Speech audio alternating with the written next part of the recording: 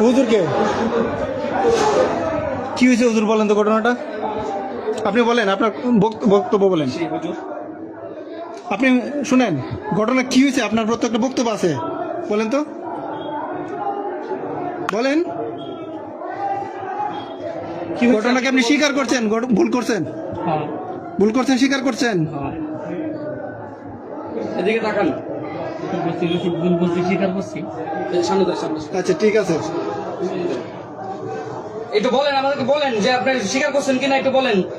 আপনি কি স্বীকার করছি, হ্যাঁ স্বীকার করছি। এদিকে তাকান এদিকে তাকান টাকা দেবে না টাকা দেবে না টাকা দেবে না আচ্ছা ঠিক আছে নিচে তো বলেন বল কি হয়েছিল আপনি কিভাবে বলছেন শুনেন সাধারণ মানুষটা আপনি দেখতেই পাচ্ছেন খুবই কেঁপে আছে আপনি সাধারণ মানুষের কাছেও ক্ষমা চান আপনি যা করছেন এটা ক্ষমা চান আপনি কোথায় আছিলেন আগে কই আছিলেন কোন মসজিদে আছিলেন আমি মাপজাত করি। যে জায়গাতে সারা বাংলাদেশে লামিসার একটি হত্যাকাণ্ড আলোড়ন সৃষ্টি করেছে প্রধানমন্ত্রী সহ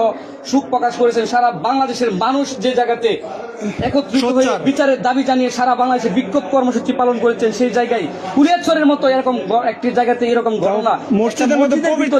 মসজিদের একটি পবিত্র জায়গায় মসজিদের হুজুর হয়ে একটি